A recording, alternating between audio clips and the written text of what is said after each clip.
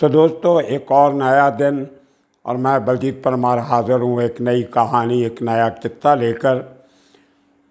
कल का एपिसोड हमारा मिस हुआ कि गले की हालत बहुत ख़राब थी और 2-3 दिन के लिए डॉक्टर ने बोलने से मना किया था।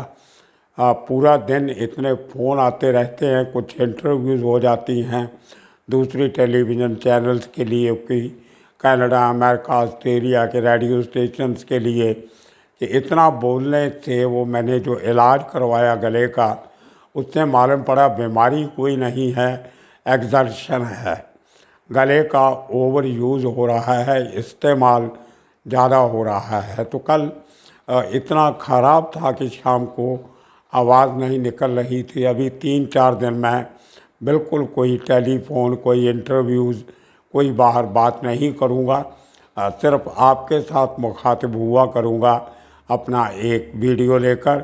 टाइम थोड़ा इधर उधर हो सकता है, जिस तरीके से गले की हालत होगी, थोड़ी आराम होगा, उस समय पे मैं रिकॉर्डिंग कर लिया करूँगा। कल मैंने बहुत कोशिश किया लेकिन रिकॉर्डिंग नहीं हो सकी, इसलिए आज सुबह इसी टाइम पे कर रहा हूँ और थोड़ी देर में इसको रिलीज़ करेंगे, अपलोड करेंगे। खैर, हम बात कर रहे थे सिद्धू मूसेवाला का एक अधूरा सपना। वो शख्स जो इस दुनिया में आया, अपना नाम बनाया और बहुत यंग एज में, 29-30 साल उम्र मरने की नहीं होती है, ये जीने की होती है, प्रफुल्लित होने की उम्र होती है। लेकिन वो शख्स बहुत जल्दी हमारे बीच में से चला गया। मैं बहुत सी बातें हैं जो मैं अपने डिफरेंट एपिसोड में करता रहा हूँ और आगे भी करूँगा। उसको मरने के पीछे या मारने के पीछे क्या ताकतें थी, क्या कारण थे, उन सब की बात भी चलती रहेगी, अभी ख़त्म नहीं हुई है। पुलिस की इन्वेस्टिगेशन भी अभी शुरू हुई है, ख़त्म नहीं हुई है।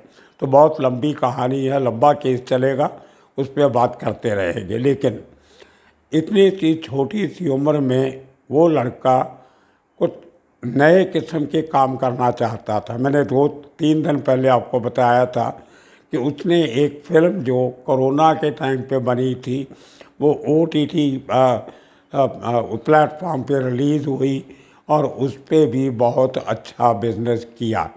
वहाँ से सिद्धू मूसेवाले को एक और हौसला मिला कुछ और आगे काम करने का, और उसने डिसाइड किया कि वो अपने दादा पे फिल्म बनाएगा।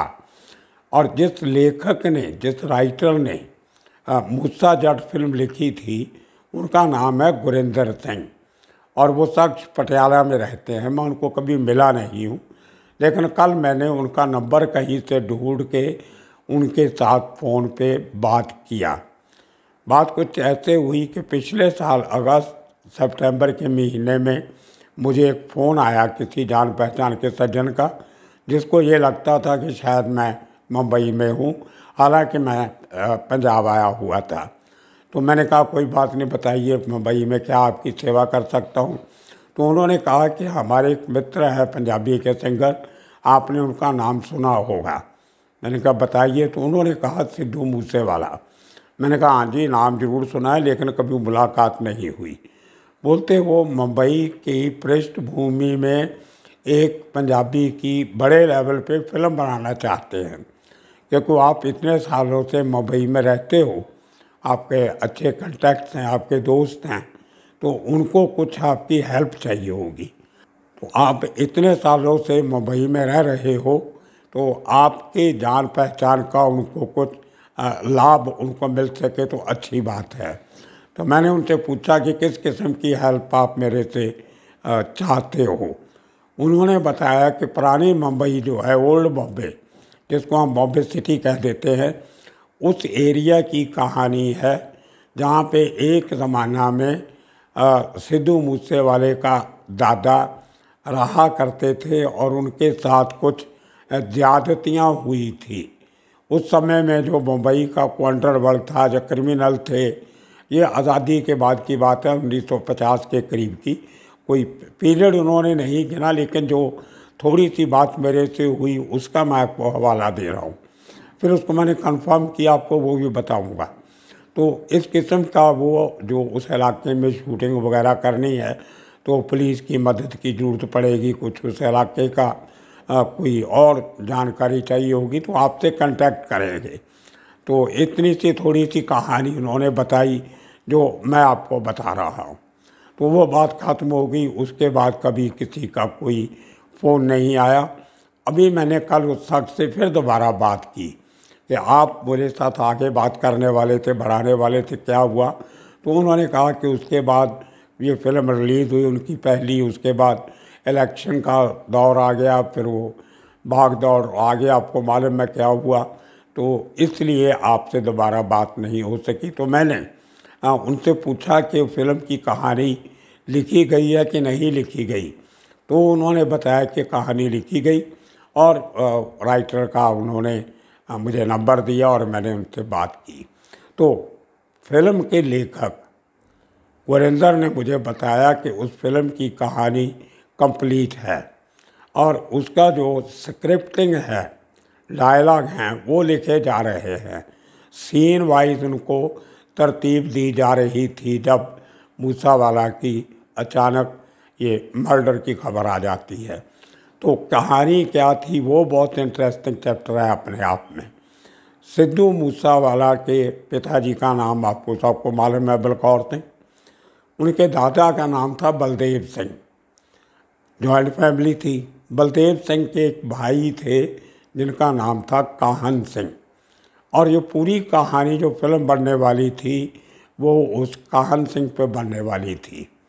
अब किस्सा कुछ ऐसा है, देखिए, हम जब सिद्धू मूसेवाले के गानों में गन कल्चर की बात करते हैं तो ये गन कल्चर कहीं ना कहीं उसके उसी दादा के भाई काहन सिंह से शुरू हुआ था। ये एक असर था जो बचपन पे ही सिद्धू मूसेवाला के ऊपर पड़ा। एक कुछ बात कहते हैं ना कि बचपन से जो बात दिमाग में बैठ जाती है वो सारी उम्र नहीं निकलती। तो ये बात कहीं सिद्धू के दिमाग में थी और वो उसी थीम पे फिल्म बनानी चाहता था। तो हुआ कुछ ऐसे कि आज़ादी के पहले की बात है उनके मुताबिक, या शायद उन्होंने कहानी में कुछ नया मोड़ दिया होगा। कहानी शायद थोड़ी सी डिफरेंट पीरियड की होगी, लेकिन फिल्मों में ऐसी लिबर्टी ली जाती है। फिल्म की वो कहानी जो लिखी गई, जिसका स्क्रिप्ट लिखा जा रहा है, उसमें कान सिंह नाम का एक नौजवान पंजाब में रहता है और वो एक अंग्रेज़ का कत्ल कर देता है। मुझे लगता है इन्होंने वो अंग्रेज़ जो है उसको हाकम का एक सिंबल लेके इस्तेमाल किया है। कहानी असल में कुछ ऐसी होगी कि कान सिंह ने किसी का कोई मर्डर वगैरह कर दिया होगा पंजाब में, उसके बाद वो वहाँ से भाग गया। लेकिन उस कहानी को एक फिल्मी अंदाज में बयान करने के लिए सिद्धू मूसेवाले ने इस किस्म का सब्जेक्ट बनाया। ये सही भी हो सकता है, मुझे पता नहीं, क्योंकि उसके पिताजी की हालत अभी ऐसे नहीं थी जो मैं उनसे बात कर सकता। तो खैर जो कहानी है वही मैं आपको सुना रहा हूँ। तो उस अंग्रेज़ का जो हाकम क्लास को बिलोंग करता था, उसका मर्डर करने के बाद कान सिंह मुंबई चला जाता है।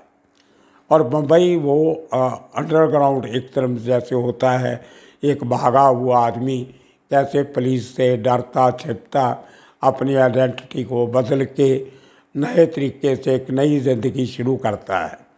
वहाँ पे उसका वास्ता कुछ क्रिमिनल किस्म के लोगों से पड़ता है।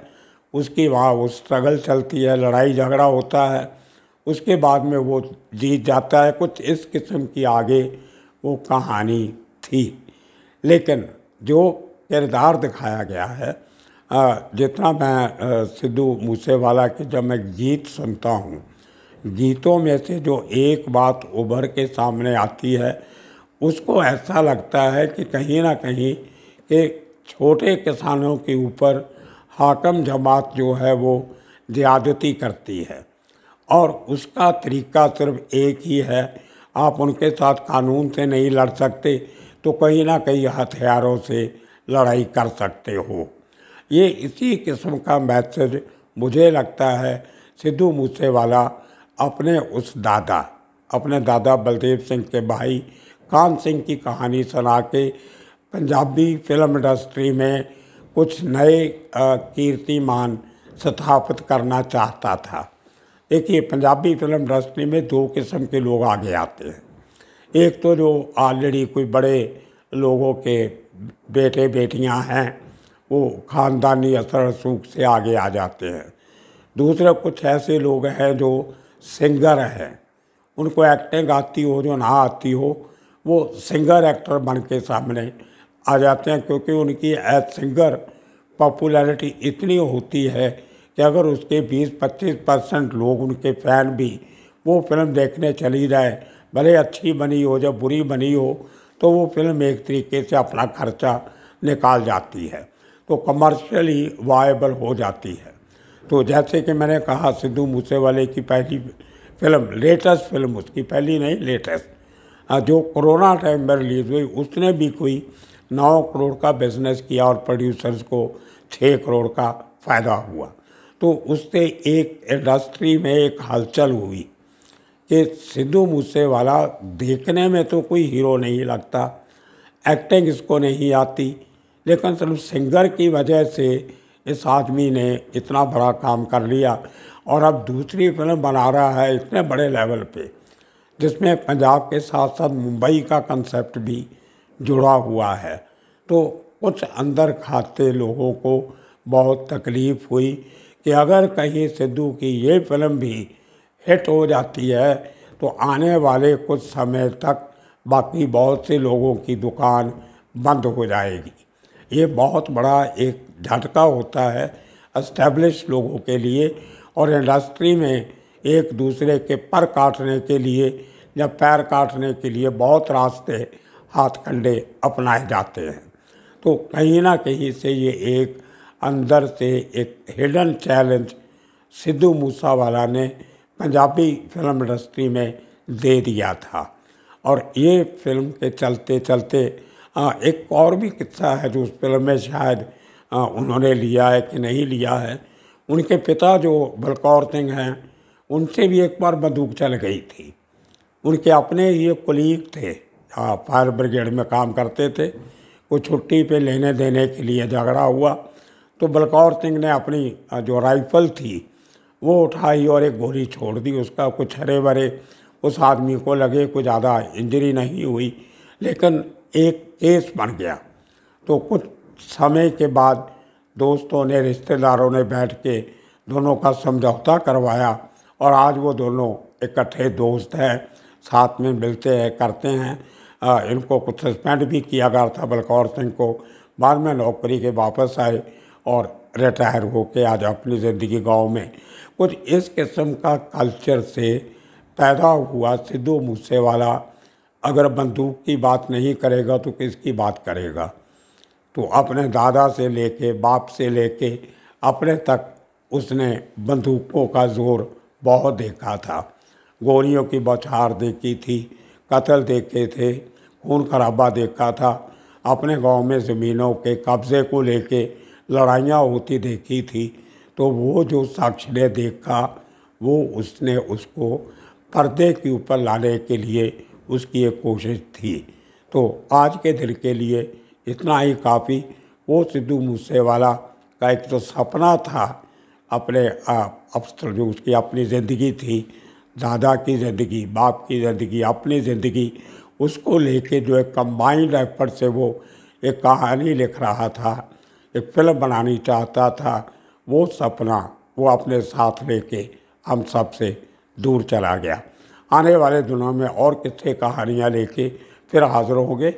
तब तक के लिए आप सबका बहुत बहुत शुक्रिया, धन्यवाद।